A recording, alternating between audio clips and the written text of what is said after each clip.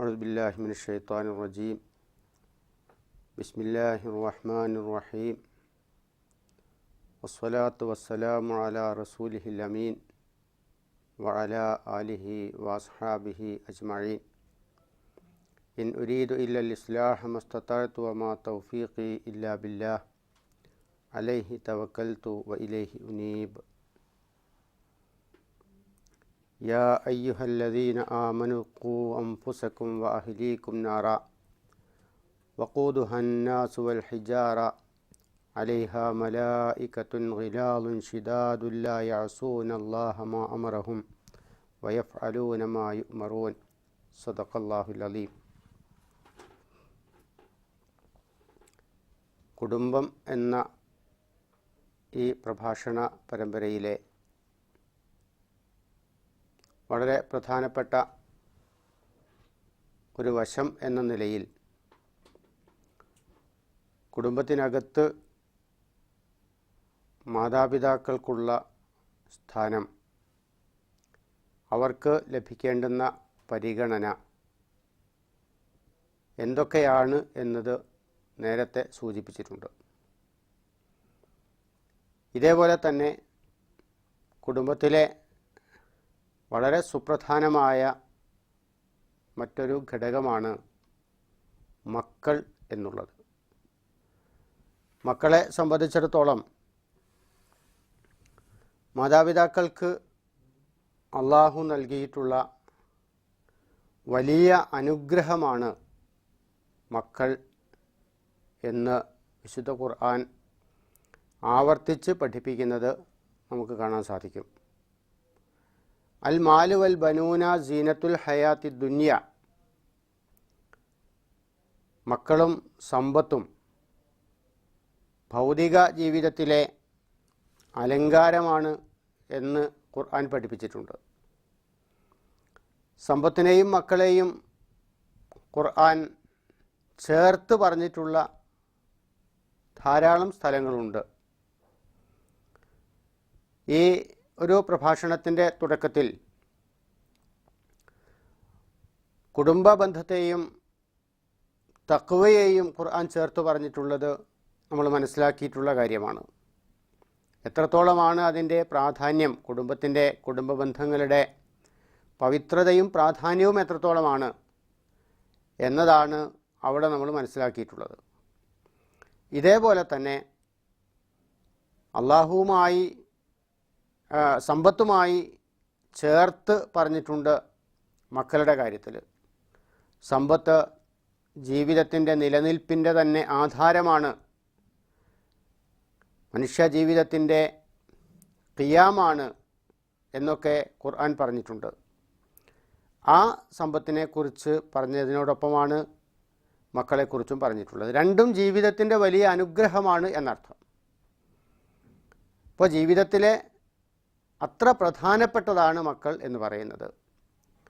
വന്തദനാക്കും B അംവാലിം വ ബനീൻ എന്ന് വേറെയൊരു ജനവിഭാഗത്തെക്കുറിച്ച് പറഞ്ഞപ്പോൾ, അവർക്ക് നൽകിയിട്ടുള്ള അനുഗ്രഹങ്ങളെക്കുറിച്ച് പറഞ്ഞപ്പോൾ ഖുർആൻ പറഞ്ഞിട്ടുണ്ട്, അവരെ സമ്പത്ത് നൽകിയിട്ടും സന്തതികളെ നൽകിയിട്ടും നാം സഹായിച്ചിട്ടുണ്ട് എന്നാണ് ഖുർആൻ അവിടെ പറയുന്നത്. അപ്പോൾ മക്കളെന്ന് പറയുന്നത് ജീവിതത്തിൻ്റെ ഓരോ വ്യക്തിയുടെയും അല്ലെങ്കിൽ മാതാപിതാക്കളുടെയും വളരെ പ്രധാനപ്പെട്ട അനുഗ്രഹമാണ് എന്നതാണ് നമ്മൾ മനസ്സിലാക്കേണ്ടത്. ഈ മക്കൾ അനുഗ്രഹമായി തീരുന്നത് അവരെ ശരിയായ വിധത്തിൽ വളർത്തുമ്പോഴാണ്. അവരെ സംസ്കാര സമ്പന്നരായി, നല്ല സ്വഭാവ ഗുണങ്ങളുള്ളവരായി, നല്ല ജീവിത ശീലങ്ങളുള്ളവരായി, മാതാപിതാക്കൾക്കും കുടുംബത്തിനും സമൂഹത്തിനും നാട്ടിനുമൊക്കെ ഉപകാരപ്പെടുന്ന രീതിയിലുള്ള നല്ല വ്യക്തികളായി അവരെ കൊണ്ടുവരുമ്പോഴാണ് അവർ യഥാർത്ഥത്തിൽ മാതാപിതാക്കൾക്ക് അല്ലെങ്കിൽ കുടുംബത്തിന് വലിയ അനുഗ്രഹം ആയിത്തീരുന്നത്. എന്നല്ല റസൂലുള്ളാഹി സ്വല്ലല്ലാഹു അലൈഹി വസല്ലം പറഞ്ഞിട്ടുള്ളത്, മക്കൾക്ക് നൽകാൻ കഴിയുന്ന, ഒരു വ്യക്തിക്ക് അയാളുടെ മക്കൾക്ക് നൽകാൻ കഴിയുന്ന ഏറ്റവും വിലപ്പെട്ട സമ്പത്ത്, വിലപ്പെട്ട സമ്മാനം എന്ന് പറയുന്നത് നല്ല സ്വഭാവ ഗുണങ്ങളാണ്, സാംസ്കാരിക ബോധമാണ് എന്ന് പറഞ്ഞിട്ടുണ്ട്. മാ നഹല വാലിദുൻ വലദഹു മിൻ നുഹ്ലിൻ അഫ്ളല മിൻ അദബിൻ ഹസൻ എന്നാണ് റസൂൽ പഠിപ്പിച്ചിട്ടുള്ളത്. ഒരു പിതാവിന് തൻ്റെ മകന് കൊടുക്കാൻ കഴിയുന്ന, അല്ലെങ്കിൽ രക്ഷിതാക്കൾക്ക് മക്കൾക്ക് കൊടുക്കാൻ കഴിയുന്ന ഏറ്റവും വിലപ്പെട്ട ദാനം, സമ്മാനം എന്ന് പറയുന്നത് അദബുൻ ഹസൻ ആണ്. വളരെ മികച്ച സാംസ്കാരിക ബോധമാണ്, മര്യാദകളാണ് എന്നാണ് ഈ പറഞ്ഞിട്ടുള്ളത്. ഇത് ജീവിതകാലത്ത് മാതാപിതാക്കൾക്ക് ഉപകാരപ്പെടുമെന്ന് മാത്രമല്ല, മാതാപിതാക്കളെ സംബന്ധിച്ചിടത്തോളം അവരുടെ മരണാനന്തരവും അവർക്ക് ഉപകാരപ്പെടുന്നതാണ്. മനുഷ്യജീവിതത്തിൻ്റെ സാധാരണഗതിയിലുള്ള കർമ്മങ്ങൾ മരണത്തോടുകൂടി അവസാനിച്ചു പോകുമെന്നും ചിലത് മരണാനന്തരവും ബാക്കി നിൽക്കുമെന്നും, വ്യക്തികൾക്ക് പ്രയോജനകരമായി മരണാനന്തരവും ബാക്കി നിൽക്കുമെന്നും റസൂലുള്ളാഹി സ്വല്ലല്ലാഹു അലൈഹി വസല്ലം പഠിപ്പിച്ചിട്ടുണ്ട്. ഇദാ മാത്തൽ ഇൻസാൻ ഇൻഖത അമലുഹു ഇല്ലാ മിൻ സലാസ്. 3 കാര്യങ്ങൾ ഒഴിച്ച് ബാക്കിയെല്ലാം ഒരു മനുഷ്യൻ്റെ മരണത്തോടുകൂടി അവസാനിക്കും, കർമ്മങ്ങൾ മുറിഞ്ഞു പോകും, അവസാനിച്ചു പോകും എന്നാണ് പഠിപ്പിച്ചിട്ടുള്ളത്. ആ 3 എന്താണ്? സദഖത്തിൻ ജാരിയ, ഔ ഇൽമിൻ യന്തഫഉ ബിഹി, ഔ വലദിൻ സാലിഹിൻ യദ്ഉ ലഹു.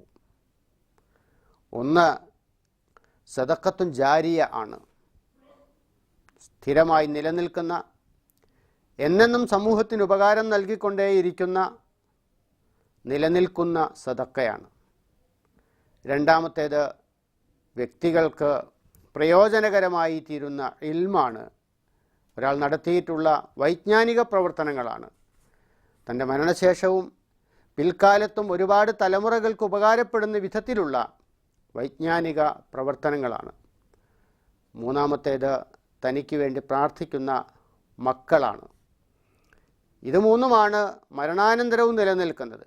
അപ്പോൾ മക്കളെ സംസ്കാരസമ്പന്നരായി, നല്ല അദബുള്ളവരായി, നല്ല സ്വഭാവശീലങ്ങളുള്ളവരായി, നല്ല ജീവിത കാഴ്ചപ്പാടുള്ളവരായി വളർത്തിക്കൊണ്ട് വരുന്നുവെങ്കിൽ അതിൻ്റെ അർത്ഥം ജീവിതകാലത്തും മരണാനന്തരവും മാതാപിതാക്കൾക്ക് അവർ ഉപകാരപ്രദമായിരിക്കും എന്നതാണ്. അതുകൊണ്ട് തന്നെ മക്കളെ വളർത്തുന്നിടത്ത് ചെറുപ്പം മുതൽ അവരുടെ ഓരോരോ കാര്യത്തിലും ശ്രദ്ധ പുലർത്തി വളർത്തിക്കൊണ്ട് വരണം എന്നാണ് റസൂലുള്ളാഹി സ്വല്ലല്ലാഹു അലൈഹി വസല്ലം പഠിപ്പിച്ചിട്ടുള്ളത്. ഓരോരോ കാര്യത്തിലും കുട്ടികളുടെ ഇബാദത്തുകളിൽ ശ്രദ്ധിക്കണം, അവരുടെ ജീവിത ശീലങ്ങളിൽ ശ്രദ്ധ പുലർത്തണം. അങ്ങനെ മക്കളുമായി ബന്ധപ്പെട്ട്, അവരുടെ വളർച്ചയുമായി ബന്ധപ്പെട്ട് ജീവിതത്തിൻ്റെ ഓരോരോ ഘട്ടങ്ങളിലും എന്താണോ അവർക്ക് നൽകേണ്ടുന്നത് അത് നൽകിയിട്ട് ശ്രദ്ധിച്ചിട്ട് അവരെ ആ ഒരു നിലവാരത്തിൽ സാംസ്കാരിക ബോധമുള്ളവരായി വളർത്തിക്കൊണ്ടുവരികയാണ് രക്ഷിതാക്കൾ ചെയ്യേണ്ടുന്നത്. മുറു ഔലാദക്കും ബിസ്വല, നിങ്ങളുടെ മക്കളോട് നിങ്ങൾ നമസ്കരിക്കാൻ കൽപ്പിക്കണം. വഹും അബ്നാഉ സബ്ഇ സിനീൻ, അവർക്ക് 7 വയസ്സാവുമ്പോൾ. അപ്പോൾ ഈ നമസ്കാരം, ഇബാദത്ത്, അവരുടെ ഇബാദത്തുകളിൽ ശ്രദ്ധിക്കണം. അതിന് പ്രവാചകൻ പറഞ്ഞത് ഒരു പ്രായപരിധി എത്തുമ്പോൾ അവരോട് നമസ്കരിക്കാൻ പറയണം. 7 വയസ്സാവുമ്പോൾ നമസ്കരിക്കാൻ പറയണം. വളരിബൂഹും അലൈഹ വഹും അബ്നാഉ അശർ, അഥവാ അവർക്ക് ആ ശീലമില്ലെങ്കിൽ ഒരു 10 വയസ്സാവുമ്പോൾ അവരെ അതിൻ്റെ പേരിൽ അടിക്കുന്നത് അല്ലെങ്കിൽ ശാസിക്കുന്നത് പ്രവാചകൻ വിലക്കുന്നില്ല. ശാസിച്ചുകൊണ്ടായാലും അവരിൽ ആ ശീലം ഉണ്ടാക്കി തീർക്കണം. വഫർയഖു ബൈനഹും ഫിൽ മളാജി, അതേപോലെ തന്നെ കിടപ്പറകളിൽ അവരെ വേർതിരിക്കണം, അവർക്കിടയിൽ വേർതിരിവുണ്ടാക്കണം എന്നും പഠിപ്പിച്ചിട്ടുണ്ട്. അഥവാ ഇബാദത്തുകളുടെ കാര്യത്തിൽ മാത്രമല്ല, ഇബാദത്തുകളുടെ കാര്യത്തിൽ പറഞ്ഞു, നമസ്കാരത്തെക്കുറിച്ച് പറഞ്ഞു. അതേപോലെ തന്നെ അവരെ, കുട്ടികളെ സംബന്ധിച്ചിടത്തോളം 2 നിലയിൽ, ഒന്ന് അവരെ മാതാപിതാക്കളോടൊപ്പം വളരെ മുതിർന്ന ആളുകളായി തീർന്നാലും മാതാപിതാക്കളുടെ കൂടെ തന്നെ കിടന്നുറങ്ങുന്ന തരത്തിലുള്ള സ്വഭാവശീലങ്ങൾ കുട്ടികളിൽ ഉണ്ടാവരുത്. അത് കുട്ടികളിൽ നിന്ന് മാറ്റിയെടുക്കണം. കുട്ടികൾ തന്നെ, വീട്ടിലുള്ള ഒന്നിലധികം കുട്ടികൾ, ഈ കുട്ടികൾ തന്നെ ഒരുമിച്ച് കിടന്നുറങ്ങുന്നതിന് പകരം അവരെ മാറ്റിക്കിടത്താനുള്ള സൗകര്യങ്ങളാണ്, ഉള്ള സൗകര്യങ്ങൾ ഉപയോഗപ്പെടുത്തിയിട്ട് മാറ്റിക്കിടത്താനുള്ള സംവിധാനങ്ങളാണ് യഥാർത്ഥത്തിൽ ഉണ്ടാക്കേണ്ടത്. എന്തിന് ഇങ്ങനെ പഠിപ്പിക്കുന്നു, എന്തിനാണ് റസൂൽ ഇങ്ങനെ പറഞ്ഞിട്ടുള്ളത് എന്നതിനെക്കുറിച്ച് നമ്മളുടെ പുതിയ കാലഘട്ടത്തിൽ നിന്നുകൊണ്ട്, പുതിയ ജീവിത അനുഭവങ്ങളിൽ നിന്നുകൊണ്ട്, അനുദിനം നമ്മൾ കണ്ടുകൊണ്ടിരിക്കുന്ന, നമ്മൾ കേട്ടുകൊണ്ടിരിക്കുന്ന, നമ്മൾ വായിച്ചു കൊണ്ടിരിക്കുന്ന സംഭവങ്ങളിൽ നിന്നുകൊണ്ട് ഇതിൻ്റെ ഒരാവശ്യം എന്ത് എന്ന് ഒരുപാട് വിശദീകരിക്കാതെ തന്നെ നമുക്ക് മനസ്സിലാക്കാൻ സാധിക്കും. അപ്പോൾ കുട്ടികളെ വളർത്തിക്കൊണ്ട് വരുന്നിടത്ത്, അവരുടെ സ്വഭാവശീലങ്ങൾ രൂപപ്പെടുത്തുന്നിടത്ത് തീർച്ചയായും ഓരോരോ കാര്യത്തിലും ശ്രദ്ധിച്ചുകൊണ്ട് മുമ്പോട്ട് പോകേണ്ടതാണ് എന്നാണ് ഇതിൽ നിന്ന് നമുക്ക് മനസ്സിലാക്കാൻ സാധിക്കുക. ചെറുപ്പം മുതൽ തന്നെ കുട്ടികളുടെ വ്യക്തിത്വം എന്തായിരിക്കണം, ഒരാൾ എങ്ങനെയുള്ള ആൾ ആയിരിക്കണം, ഒരു മനുഷ്യൻ ഭാവിയിൽ എന്തായിരിക്കണം എന്ന് യഥാർത്ഥത്തിൽ തീരുമാനിക്കുന്നത് മാതാപിതാക്കളാണ്. ചെറുപ്പത്തിൽ കുട്ടികളായിരിക്കെ എങ്ങനെയാണോ അവരെ വളർത്തുന്നത് അതനുസരിച്ചാണ് ഒരാളുടെ വ്യക്തിത്വം രൂപപ്പെട്ടു വരുന്നത്. കുല്ലു മൗലൂദിൻ യൂലദു അൽ ഫിത്ര ഫഅബവാഹു യുഹവ്വിദാനിഹി ഔ യുനസ്സിറാനിഹി ഔ യുമജ്ജിസാനിഹി എന്ന റസൂൽ തിരുമേനി സല്ലല്ലാഹു അലൈഹി വസല്ലമിൻ്റെ വചനം വളരെ പ്രശസ്തമാണ്. ഏതൊരു കുട്ടിയും പിറന്നു വീഴുന്നത് വളരെ ശുദ്ധ പ്രകൃതത്തിലാണ്. പിന്നീട് ഒരാൾ യഹൂദിയാവുന്നത്, അല്ലെങ്കിൽ ക്രിസ്ത്യാനിയാവുന്നത്, അല്ലെങ്കിൽ അഗ്നിയാരാധകനാകുന്നത്, അങ്ങനെ ആക്കി തീർക്കുന്നത് അവൻ്റെ മാതാപിതാക്കളാണ് എന്നാണ് റസൂൽ പറഞ്ഞത്. ഇങ്ങനെ ഈ 3 തരം ആളുകളായിത്തീരുന്നത് മാത്രമല്ലല്ലോ, എന്തുമായിത്തീരുന്നത്, നന്മയോട് ആഭിമുഖ്യമുള്ള, നന്മയിൽ വളർന്നു വരാൻ പറ്റുന്ന, നന്മ നിറഞ്ഞു നിൽക്കുന്ന വ്യക്തികളായി തീരാൻ പാകത്തിലാണ് ഏത് കുഞ്ഞും പിറന്നു വീഴുന്നത്. പക്ഷേ ഈ ശുദ്ധപ്രകൃതിയുള്ള മനുഷ്യനെ അല്ലെങ്കിൽ കുഞ്ഞിനെ ഒരു പക്ഷേ രക്ഷിതാക്കളുടെ ശ്രദ്ധക്കുറവോ അവരുടെ ജാഗ്രത കുറവോ സംഭവിച്ചാൽ ഭാവിയിൽ അവർ ആരും ആയിത്തീരാം. ഇന്നത്തെ നമ്മുടെ ഒരു കാലഘട്ടത്തിൽ ചിന്താപരമായ ശൈഥില്യങ്ങൾ, വൈകല്യങ്ങൾ, പാളം തെറ്റിയ ജീവിതം എന്നൊക്കെ പറയുന്നത് നമുക്കറിയാം. ഇത് സംഭവിക്കുന്നത് പലപ്പോഴും മാതാപിതാക്കളുടെ ശ്രദ്ധക്കുറവ് കൊണ്ട് ആയിരിക്കാം. അതുകൊണ്ട് എൻ്റെ മക്കൾ, മകൻ, മകൾ ആരായിത്തീരണം, സ്വഭാവപരമായി, സാംസ്കാരികമായി, അവരുടെ വീക്ഷണപരമായി, മനോഭാവങ്ങളിൽ അവർ ആരായിത്തീരണം എന്ന് തീരുമാനിക്കുന്നത് മാതാപിതാക്കളുടെ നടപടികളാണ്. അതിനനുസരിച്ച് കുട്ടികൾ വളർത്തിക്കൊണ്ടുവരാൻ ശ്രദ്ധിക്കേണ്ടതാണ് എന്നതാണ്. അപ്പോൾ അവരുടെ ഒരു വ്യക്തിത്വം രൂപപ്പെടുന്നത് മാതാപിതാക്കളുടെ കൈകളിലാണ്, അവരുടെ സംരക്ഷണത്തിലാണ്, അവരുടെ ശ്രദ്ധയിലാണ്. ഈ ഒരു വസ്തുത മനസ്സിലാക്കിക്കൊണ്ട് മക്കളോട് ഇടപെടാനും അവരുടെ ജീവിതശീലങ്ങളെ മാറ്റിക്കൊണ്ടുവരാനും അല്ലെങ്കിൽ വളർത്തിക്കൊണ്ടുവരാനും നമുക്ക് സാധ്യമായി തീരണം. ഇപ്പോൾ പഴയ കാലത്തേതിൽ നിന്ന് വ്യത്യസ്തമായി നമ്മളുടെ ഒരു സാമൂഹിക സാഹചര്യം, ജീവിത ചുറ്റുപാട്, ജീവിതത്തിൻ്റെ സൗകര്യങ്ങൾ എല്ലാം വെച്ച് നോക്കിയാൽ ഇതിലൊക്കെ ഒരുപാട് കാര്യങ്ങൾ ശ്രദ്ധിക്കേണ്ടതായിട്ടുണ്ട് എന്ന് നമുക്ക് മനസ്സിലാക്കാൻ കഴിയും. ഇന്ന് ഒരുപാട് ഉപകരണങ്ങളുടെ അകമ്പടിയോടുകൂടിയാണ് മനുഷ്യൻ ജീവിക്കുന്നത്. ഭക്ഷണം, വസ്ത്രം പോലെയുള്ള അടിസ്ഥാന ആവശ്യങ്ങൾ മാത്രമല്ല, അതുമായി ബന്ധപ്പെട്ടിട്ടുള്ള കാര്യങ്ങൾ മാത്രമല്ല, മറിച്ച് അതോടൊപ്പം ഒരുപാട് കാര്യങ്ങളുണ്ട്. മൊബൈൽ ഫോൺ ഇല്ലാത്ത ഒരു ജീവിതത്തെക്കുറിച്ച് നമുക്കാർക്കും ആലോചിക്കാൻ കഴിയില്ല. നമ്മുടെ മക്കൾക്കും അത് വേണ്ടെന്ന് തീരുമാനിച്ചിട്ട് അവരൊക്കെ നല്ലവരായി വളരട്ടെ എന്ന് തീരുമാനിക്കാൻ നമുക്ക് കഴിയില്ല. അല്ലെങ്കിൽ ടി വി ഇല്ലാത്ത ഒരു കാലം വരും എന്ന്, അല്ലെങ്കിൽ സമാനമായ എന്തെങ്കിലും ഇല്ലാത്തൊരു കാലം വരും എന്ന് വിചാരിച്ച് കാത്തിരിക്കാവുന്ന രീതിയിലല്ല ലോകം മുമ്പോട്ട് പോയിക്കൊണ്ടിരിക്കുന്നത്. അതിൻ്റെ അനുബന്ധമായിട്ടുള്ള ഒരുപാട് കാര്യങ്ങൾ, കമ്പ്യൂട്ടറുകൾ, ആ കമ്പ്യൂട്ടറിലുള്ള വ്യത്യസ്തങ്ങളായ സൗകര്യങ്ങൾ, സംവിധാനങ്ങൾ, ഇതൊക്കെ നമ്മൾ ഉപയോഗിക്കുന്നു, നമ്മുടെ മക്കൾ ഉപയോഗിച്ചു കൊണ്ടിരിക്കുന്നു. ഇവിടെ അവർക്ക് ഒരു സംസ്കാരം പകർന്നു കൊടുക്കാൻ സാധിക്കണം. എന്തിനുപയോഗിക്കണം ഇതൊക്കെ, എത്രത്തോളം ആകാം ഇതിൻ്റെ ഉപയോഗം, അതിൻ്റെ മര്യാദയുടെ പരിധി ലംഘിക്കുന്നത് എപ്പോഴാണ്, അതെപ്പോഴാണ് ദോഷകരമായ രീതിയിലേക്ക് വഴുതി വീണുപോകുന്നത്, ഇതിനെക്കുറിച്ചൊക്കെ തീർച്ചയായും ബോധവൽക്കരണം നടത്താൻ, അവരുടെ ഒരു ജീവിതത്തിൽ മനോഭാവങ്ങളിൽ തന്നെ ഇതിൻ്റെ അതിർത്തികൾ നിശ്ചയിക്കാൻ കഴിയുന്ന വിധത്തിൽ ഒരു ബോധം അവരുടെ അകത്ത് ഉണ്ടാക്കിയെടുക്കാൻ നമുക്ക് സാധ്യമായി തീരേണ്ടതുണ്ട്.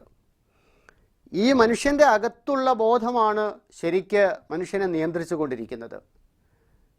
ഒരു കാരണവശാലും സ്വന്തം മക്കളുടെ കൂടെ എല്ലാ സമയവും ഉണ്ടാകാൻ ഒരു രക്ഷിതാവിനും സാധിക്കുകയില്ല, അത് പ്രായോഗികമല്ല.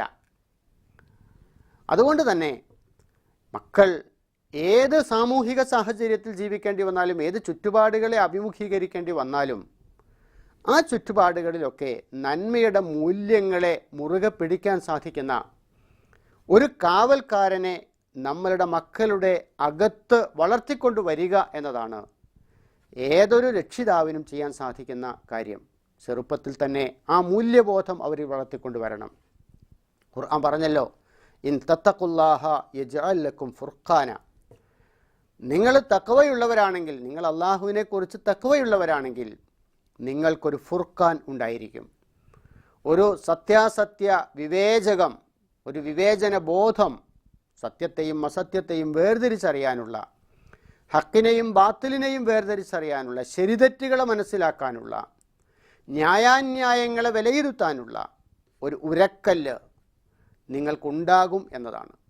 അഥവാ പുറത്തുനിന്നുള്ള ധാരാളമായ ഉപദേശങ്ങളല്ല, അല്ലെങ്കിൽ ഉപദേശികളുടെ സാന്നിധ്യമല്ല, ഉത്ബോധകരുടെ ധാരാളിത്തമല്ല, അതിനപ്പുറത്ത് അവനവൻ്റെ അകത്ത് ഉണർന്നിരിക്കുന്ന ധാർമ്മികതയുടെ കാവൽക്കാരനാണ് ശരിക്ക് നമ്മളുടെ സമൂഹത്തെ, നമ്മുടെ മക്കളെ, നമ്മുടെ പുതിയ തലമുറയെ യഥാർത്ഥത്തിൽ നയിക്കേണ്ടുന്നത്.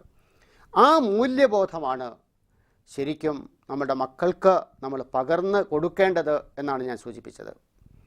അപ്പം അതുകൊണ്ട് അവരുടെ ഒരു വ്യക്തിത്വം എന്തായിരിക്കണം എന്നതിനെക്കുറിച്ച്, ഭാവിയിൽ അവരാരായിത്തീരണം എന്നതിനെക്കുറിച്ചുള്ള ആലോചന അല്ലെങ്കിൽ തീരുമാനം തീർച്ചയായും അവരെ ചെറുപ്പത്തിൽ തന്നെ അവരെക്കുറിച്ചുണ്ടാകണം, രക്ഷിതാക്കൾക്കുണ്ടാകണം. ആ നിലയിൽ അവരെ വളർത്തിക്കൊണ്ടുവരികയും ചെയ്യേണ്ടതായിട്ടുണ്ട്.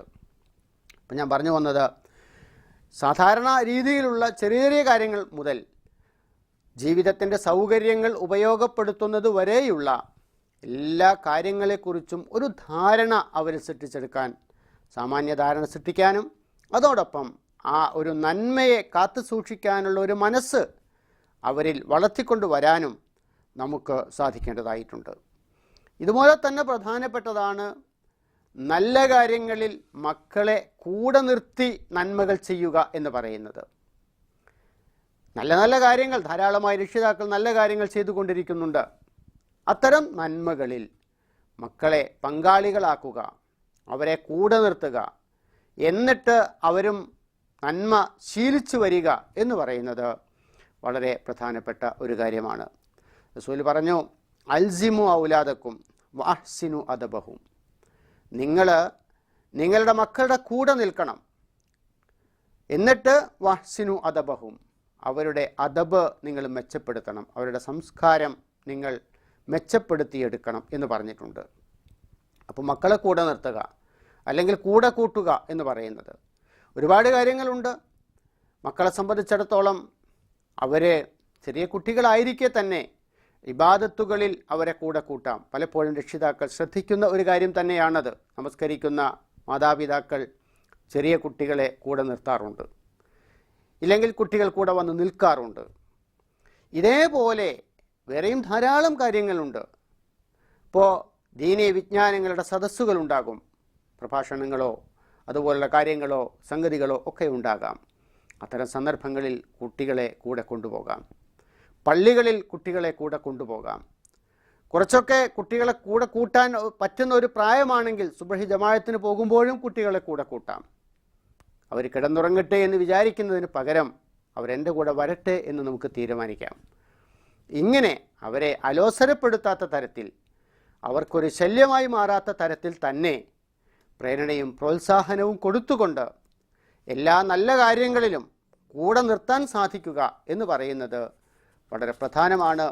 ചെറുപ്പത്തിൽ പ്രയോഗത്തിൽ അവരുടെ ജീവിതത്തിൽ അവരെ ഇത്തരം നന്മകളിൽ പങ്കാളികളാക്കുമ്പോഴാണ് അവർ മുതിർന്ന ആളുകളായി തീരുമ്പോഴും ആ നന്മയോടൊപ്പം നിൽക്കാൻ അവർക്ക് സാധിക്കുക. ആ നന്മയുടെ പ്രചാരകന്മാരായി തീരാൻ, അതിൻ്റെ പ്രയോഗവൽക്കരണത്തിന് പണിയെടുക്കാൻ അവർക്ക് സാധിക്കുക അപ്പോഴാണ്. റസൂലുള്ളാഹി സ്വല്ലല്ലാഹു അലൈഹി വസല്ലമിൻ്റെ ജീവിതത്തിൽ അത്തരത്തിലുള്ള ധാരാളം അനുഭവങ്ങളുണ്ട്, നമുക്കത് കാണാൻ സാധിക്കുന്നുണ്ട്. ഉമർ ഇബ്നു അബീ സലമ എന്ന് പറയുന്ന സഹാബി പ്രവാചകൻ്റെ കൂടെ ചെറുപ്പത്തിലെ വളർന്നു വന്നിട്ടുള്ള ഒരാളാണ്. കുട്ടിയായിരിക്കെ പ്രവാചകൻ്റെ കൂടെ വളർന്നു വന്നിട്ടുള്ള ഒരാളാണ്. അദ്ദേഹത്തിൻ്റെ അനുഭവങ്ങൾ പങ്കുവെക്കുന്നുണ്ട്. അക്കൂട്ടത്തിൽ അദ്ദേഹം പറയുന്നൊരു കാര്യം, കൂടെ ഭക്ഷണം കഴിക്കുമ്പോൾ റസൂൽ തിരുമേനി അതിൻ്റെ മര്യാദകൾ പറയുമായിരുന്നു എന്നതാണ്. അദ്ദേഹം പറയുന്നുണ്ട്, ഞാനിങ്ങനെ ഭക്ഷണം കഴിക്കാൻ ഇരുന്നാൽ ഭക്ഷണപാത്രത്തിൽ ഇങ്ങനെ തലങ്ങും വിലങ്ങും കൈ ഓടിക്കുന്ന, അവിടെ ഇവിടെയൊക്കെ വാരിക്കൊണ്ടിരിക്കുന്ന ഒരു പ്രകൃതക്കാരനായിരുന്നു ഞാൻ. റസൂൽ എന്നോട് പറഞ്ഞു, യാ ഗുലാം സമ്മില്ല, കുട്ടി നീ അള്ളാഹുവിനെ ഓർക്കണം, അള്ളാഹുവിൻ്റെ പേര് പറയണം, ബിസ്മി ചൊല്ലണം എന്ന് പറഞ്ഞു. എന്നിട്ട് വക്കുൽ ബി യമീനിക്ക വക്കുൽ മിമ്മ യലീക്ക, വലത് കൈകൊണ്ട് ഭക്ഷണം കഴിക്കണം, അതുപോലെ തന്നെ നിൻ്റെ അടുത്തുള്ള ഭാഗത്ത് നിന്നാണ് ഭക്ഷണം കഴിക്കേണ്ടുന്നത്, ഇങ്ങനെ പരതിപ്പാറി നടക്കരുത്. അവ റസൂൽ ആ മര്യാദകൾ പഠിപ്പിക്കുന്നുണ്ട്. നമുക്ക് ആലോചിക്കാവുന്നതാണ്, അല്ലെങ്കിൽ നമ്മൾ ശ്രദ്ധിച്ചുകൊണ്ടിരിക്കുന്ന കാര്യമാണ്, ഒന്നുകൂടി ജാഗ്രതയോടുകൂടി ചെയ്യാവുന്ന കാര്യമാണ്. യാത്രാവേളയിൽ യാത്ര പുറപ്പെടുമ്പോൾ, കുടുംബത്തോടൊപ്പം യാത്ര പുറപ്പെടുമ്പോൾ എന്താണ് പറയേണ്ടത്, വാഹനത്തിൽ കയറുമ്പോൾ എന്താണ് പറയേണ്ടത്, ഇങ്ങനെ തുടങ്ങിയിട്ട് യാത്രാ മര്യാദകൾ. നമ്മുടെ യാത്രകൾ എന്ന് പറയുന്നത് കേവലം വിനോദത്തിന് വേണ്ടി മാത്രമായിരിക്കണമെന്നില്ല. കുടുംബത്തോടൊപ്പം വല്ലപ്പോഴുമൊക്കെ ചെയ്യാൻ സാധിക്കുന്ന യാത്രകൾ കേവലം വിനോദത്തിന് വേണ്ടി മാത്രമാവരുത്, വിനോദവും ആസ്വാദനവും ഒക്കെ ആകാം.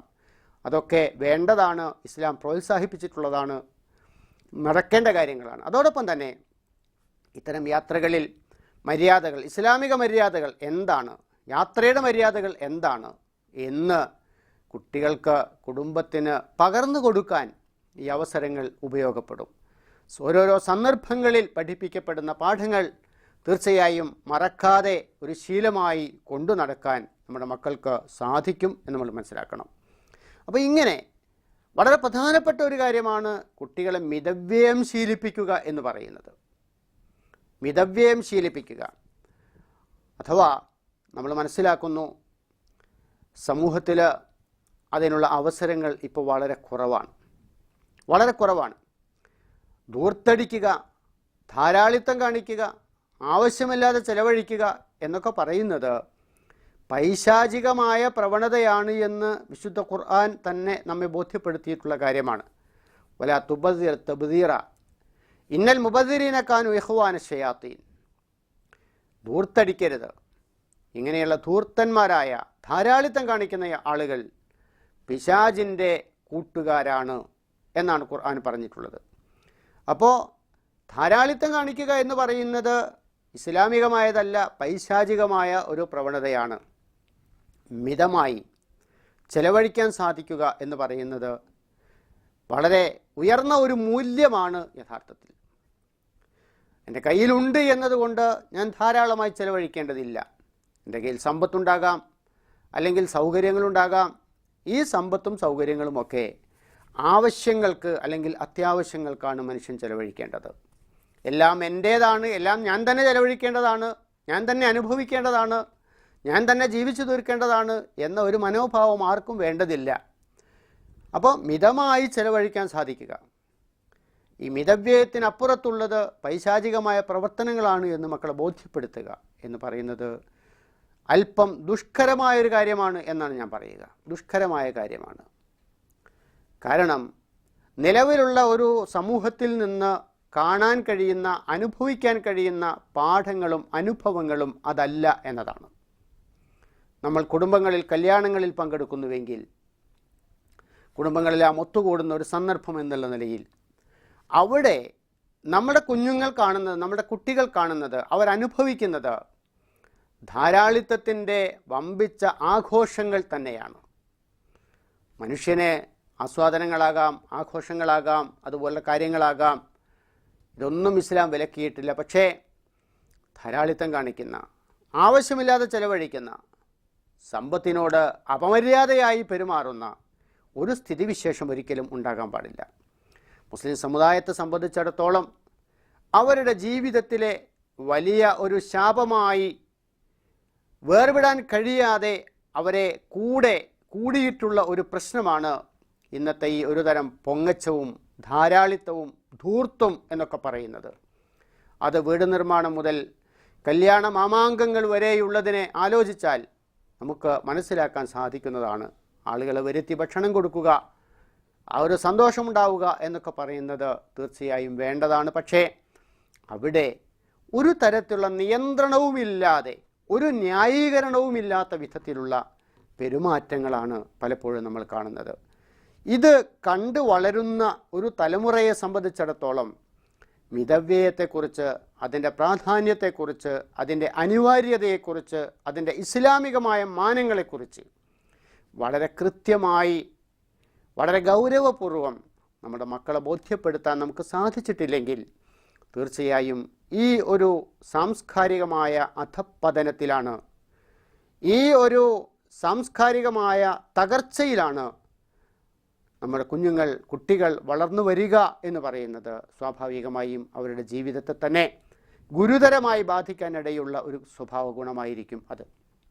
അതുകൊണ്ട് മിതവ്യയം ഉണ്ടാക്കി തീർക്കുക എന്ന് പറയുന്നത്, ആവശ്യങ്ങളെല്ലാം പരിഗണിക്കുക തന്നെ, എല്ലാ ആവശ്യങ്ങളും, ന്യായമായ എല്ലാ ആവശ്യങ്ങളും അവർക്ക് നിർവഹിച്ചു കൊടുത്തുകൊണ്ടിരിക്കെ തന്നെ കാര്യങ്ങളിൽ മിതത്വം പാലിക്കാനുള്ള ഒരു ശീലം നമ്മുടെ കുട്ടികളിൽ തീർച്ചയായും ഉണ്ടാക്കേണ്ടതുണ്ട്.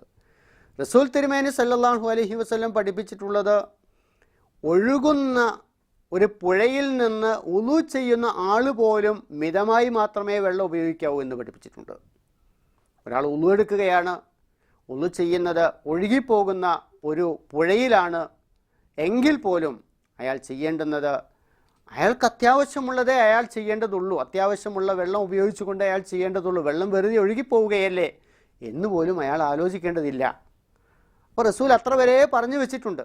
അപ്പം അതുകൊണ്ട് സമ്പത്തുണ്ട്, സൗകര്യമുണ്ട്, ഞാൻ ആരോടും കടം വാങ്ങിയിട്ടില്ല എന്നതൊന്നും ഒരു ന്യായമല്ല സമ്പത്തിൻ്റെ അമിതമായ ഉപയോഗം എന്നിടത്ത്. അപ്പോൾ ചുരുക്കി പറഞ്ഞാൽ അവിടെ വളരെ പ്രധാനമായും നിലവിലുള്ള സമൂഹത്തിൻ്റെ ഒരു സാഹചര്യത്തിൽ നിന്നുകൊണ്ട് മിതമായി കാര്യങ്ങൾ ചെയ്യാനുള്ള, മിതവ്യയം ഒരു ശീലമാക്കാനുള്ള ഒരു പാഠം, അതിനുള്ള ഒരു പ്രേരണ, പ്രോത്സാഹനം തീർച്ചയായും നമ്മുടെ മക്കൾക്ക് നമ്മളിൽ നിന്ന്, നമ്മുടെ ശീലങ്ങളിൽ നിന്ന്, നമ്മുടെ ഉപദേശങ്ങളിൽ നിന്ന്, നമ്മളുടെ ജീവിതാനുഭവങ്ങളിൽ നിന്ന് കിട്ടേണ്ടതായിട്ടുണ്ട് എന്നതാണ്. ഇതേപോലെ ഒരുപക്ഷെ ഇതിനേക്കാൾ കൂടുതൽ പ്രധാനപ്പെട്ട മറ്റൊരു കാര്യമാണ് കുഞ്ഞുങ്ങൾക്ക് സ്നേഹം നൽകണം എന്നത്. അവർക്ക് ഇങ്ങനെ അത് ചെയ്യരുത്, ഇത് ചെയ്യരുത്, അങ്ങനെയാവണം, ഇങ്ങനെയാവണം എന്നുള്ള ഉപദേശങ്ങൾ മാത്രമല്ല, സ്നേഹം, അതിരുകളില്ലാത്ത സ്നേഹം, കരുതിവപ്പില്ലാത്ത സ്നേഹം, ഇത് നമ്മുടെ മക്കൾക്ക് നമ്മളിൽ നിന്ന് അല്ലെങ്കിൽ രക്ഷിതാക്കളിൽ നിന്ന് ലഭിക്കേണ്ടതായിട്ടുണ്ട്. സ്നേഹമുണ്ട് എന്ന് പറഞ്ഞതുകൊണ്ട് മാത്രമായില്ല. സ്നേഹമുണ്ടാകാം, മക്കളോട് സ്നേഹമില്ലാത്ത മാതാപിതാക്കൾ എന്തായാലും ഉണ്ടാവുകയില്ല.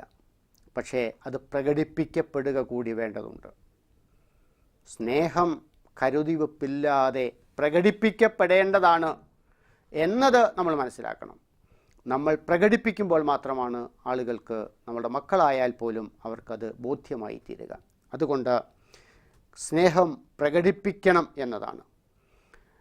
ഒരിക്കൽ റസൂൽ തിരുമേനി സല്ലല്ലാഹു അലൈഹി വസല്ലം അദ്ദേഹത്തിൻ്റെ പേരക്കുട്ടി ഹസനബിനു അലിയെ മടിയിലിരുത്തി ഉമ്മ വെച്ച ഒരു സംഭവം, അത് കണ്ടുകൊണ്ട് അഖ്റഉബ്നു ഹാബിസ് എന്ന് പറയുന്ന സഹാബിയുണ്ട്. അദ്ദേഹം റസൂലിനോട് പറഞ്ഞു, റസൂൽ എന്താണ് ഇങ്ങനെയൊക്കെ? ഞങ്ങളൊന്നും അങ്ങനെയൊന്നും ചെയ്യാറില്ലല്ലോ. ഇന്നലി അശറത്ത മിനൽ വലദ് മാ ഖബൽതു മിൻഹും അഹദ. എനിക്ക് 10 മക്കളുണ്ട്, ഒരാളെപ്പോലും ഞാൻ ഉമ്മ വച്ചിട്ടില്ല. അദ്ദേഹം അദ്ദേഹത്തിൻ്റെ യോഗ്യതയുടെ ഒരു അടയാളമായി എടുത്തു കാണിക്കുകയായിരുന്നു അത്. അത്ര കഴിവുള്ള ആളാണ് അല്ലെങ്കിൽ എന്നൊക്കെയാണ് അദ്ദേഹം പറയാൻ വിചാരിച്ചത്. റസൂൽ സല്ലല്ലാഹു അലൈഹി വസല്ലം അദ്ദേഹത്തോട് പറഞ്ഞു, ലാ തുൻസഉ റഹ്മ ഇല്ലാ മിൻ ശഖിയ്യൻ. അക്രേ, നിർഭാഗ്യവാനായ ഒരാളിൽ നിന്ന് മാത്രമേ കാരുണ്യം ഊരിയെടുക്കപ്പെടുകയുള്ളൂ എന്ന്. അപ്പോൾ ഇങ്ങനെ ചെയ്യാൻ കഴിയാത്തത്, ഈ സ്നേഹം പ്രകടിപ്പിക്കാൻ കഴിയാത്തത് യഥാർത്ഥത്തിൽ വലിയൊരു നിർഭാഗ്യമാണ് എന്നാണ് റസൂൽ തിരുമേനി അവിടെ പഠിപ്പിച്ചിട്ടുള്ളത്. അപ്പോൾ മക്കളോട് സ്നേഹമുണ്ടാകണമെന്ന് മാത്രമല്ല, അവരോട് സ്നേഹം പ്രകടിപ്പിക്കാനും മാതാപിതാക്കൾക്ക് സാധിക്കേണ്ടതായിട്ടുണ്ട്. ഇങ്ങനെ മക്കളോട് കാണിക്കേണ്ടുന്ന എല്ലാ മര്യാദകളും പാലിക്കാൻ, അവർക്ക് ആവശ്യമായത് കൊടുക്കാൻ, അർഹമായ പരിഗണന കൊടുക്കാൻ മാതാപിതാക്കൾക്ക് സാധിക്കുമ്പോഴാണ് അവരെ ഉയർന്ന സാംസ്കാരിക ബോധമുള്ള, ഇസ്ലാമിക ബോധമുള്ള മൂല്യങ്ങളെ ജീവിതത്തിൽ സ്വീകരിക്കുന്ന ആളുകളാക്കി വളർത്തിക്കൊണ്ടുവരാൻ നമുക്ക് സാധിക്കുന്നത് എന്നാണ് ഞാൻ സൂചിപ്പിക്കുന്നത്. മക്കൾക്കിടയിൽ നീതി പുലർത്തുക എന്നതും ഇതേപോലെ പ്രധാനമാണ്. മക്കൾക്കിടയിൽ നീതി പുലർത്തുക, അനീതിപരമായി മാതാപിതാക്കൾ പ്രവർത്തിച്ചു എന്ന് തോന്നാവുന്ന സാഹചര്യങ്ങൾ ഇല്ലാതിരിക്കുക എന്നത് വളരെ വളരെ സുപ്രധാനമാണ്. കാരണം അങ്ങനെ സംഭവിക്കുന്നുവെങ്കിൽ, അങ്ങനെയുള്ള തോന്നൽ മക്കൾക്കിടയിൽ ഉണ്ടാകുന്നുവെങ്കിൽ ഈ മക്കൾക്കിടയിലുള്ള പരസ്പര ബന്ധങ്ങൾ അത്ര ഹൃദ്യമായിരിക്കുകയില്ല, സുഖകരമായിരിക്കുകയില്ല. അവർക്കിടയിൽ അസൂയയോ പരസ്പര വിദ്വേഷമോ ഒക്കെ ഉണ്ടായിത്തീരാൻ അതുതന്നെ ധാരാളം മതിയാവും.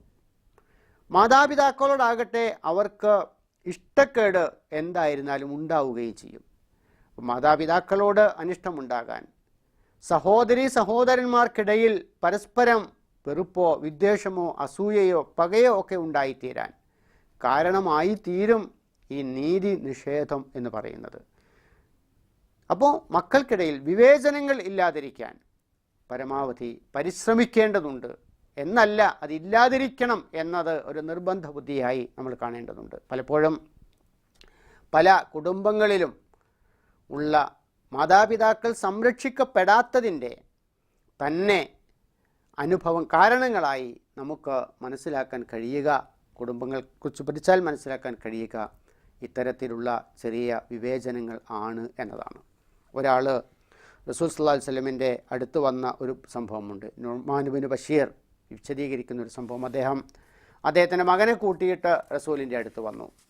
എന്നിട്ട് റസൂലിനോട് പറഞ്ഞു, ഞാൻ എൻ്റെ ഈ മോനെ നല്ല ഒരു പാരിതോഷികം കൊടുത്തിരിക്കുന്നു, ഒരു നല്ല അടിമയെ അവന് പാരിതോഷികമായി കൊടുത്തിരിക്കുന്നു എന്ന് റസൂലിനോട് പറഞ്ഞു. അപ്പോൾ അന്ന് അടിമയാണ്, ഇന്ന് നല്ലൊരു വാഹനം എന്ന് വിചാരിക്കുക, നല്ലൊരു വാഹനം അല്ലെങ്കിൽ വേറെ എന്തോ ഒരു സമ്പത്ത്. റസൂൽ സല്ലല്ലാഹു അലൈഹി വസല്ലം നുഅ്മാൻ ഇബ്നു ബഷീറിനോട് ചോദിച്ചു, നിങ്ങളുടെ എല്ലാ മക്കൾക്കും കൊടുത്തിട്ടുണ്ടോ ഇങ്ങനെ? ഞാൻ പറഞ്ഞു, ഇല്ല, ഈ മകന് മാത്രമേ കൊടുത്തിട്ടുള്ളൂ. റസൂൽ അയാളോട് പറഞ്ഞത്, എങ്കിൽ അതിപ്പോൾ തന്നെ തിരിച്ചു വാങ്ങിയേക്കുക എന്ന് പറഞ്ഞു. എന്നിട്ട് റസൂൽ പറഞ്ഞു, ഇത്തഖുല്ലാഹ വഅദിലു ഫി ഔലാദിക്കും, നിങ്ങൾ അള്ളാഹനെ സൂക്ഷിക്കണം, നിങ്ങളുടെ മക്കൾക്കിടയിൽ നീതി പാലിക്കുകയും വേണം. വേറൊരു റിവായത്തിലുള്ളത്, റസൂൽ അദ്ദേഹത്തോട് പറഞ്ഞു, ഫലാ തുഷ്ഹിദ്നി ഇദൻ, താങ്കൾ ഇക്കാര്യത്തിൽ എന്നെ സാക്ഷി നിർത്തണ്ട. ഫഇന്നി ലാ അഷ്ഹദു അലാ ജൗരിൻ, അതിക്രമങ്ങൾക്ക് സാക്ഷി നിൽക്കാൻ എനിക്ക് പറ്റില്ല. ഇത്ര വരെ റസൂൽ അദ്ദേഹത്തോട് പറഞ്ഞു എന്നാണ്. അപ്പോൾ മക്കൾക്കിടയിൽ നീതി പാലിക്കുക എന്ന് പറയുന്നത് വളരെ പ്രധാനപ്പെട്ട കാര്യമാണ്. അങ്ങനെ ഞാൻ സൂചിപ്പിച്ചത്, ഈ നിലയിൽ മക്കൾക്ക് സ്നേഹം നൽകി, അവരോട് നീതി പുലർത്തി, അവരിൽ നല്ല സ്വഭാവശീലങ്ങൾ വളർത്തിക്കൊണ്ടുവന്ന് നല്ല സാംസ്കാരിക ബോധമുള്ളവരാക്കി അവരെ വളർത്തി, നല്ല ഇസ്ലാമിക ബോധമുള്ള, അവരുടെയൊക്കെ അകത്ത് എല്ലാ ജീവിത സാഹചര്യങ്ങളിലും ഉണർന്നിരിക്കുന്ന ഒരു കാവൽക്കാരനെ സൃഷ്ടിച്ചെടുത്ത് മക്കളെ വളർത്തിക്കൊണ്ടുവന്നാലാണ് മക്കൾ ജീവിതത്തിൻ്റെ വലിയ അനുഗ്രഹം ആയിത്തീരുന്നത്.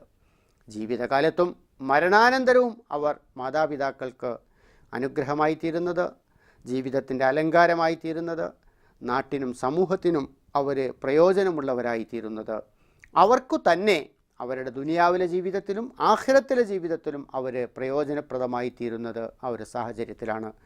ആ നിലക്ക് മക്കളെ ദുനിയാവിലും ആഖിറത്തിലും വിജയം വരിക്കാൻ സാധിക്കുന്ന, ജീവിത വിജയം നേടിയെടുക്കുന്ന ആളുകളാക്കി വളർത്തിക്കൊണ്ടുവരാൻ നമുക്ക് സാധിക്കണം. അപ്പോഴാണ് മക്കൾ ജീവിതത്തിൻ്റെ അലങ്കാരമാകുന്നത്.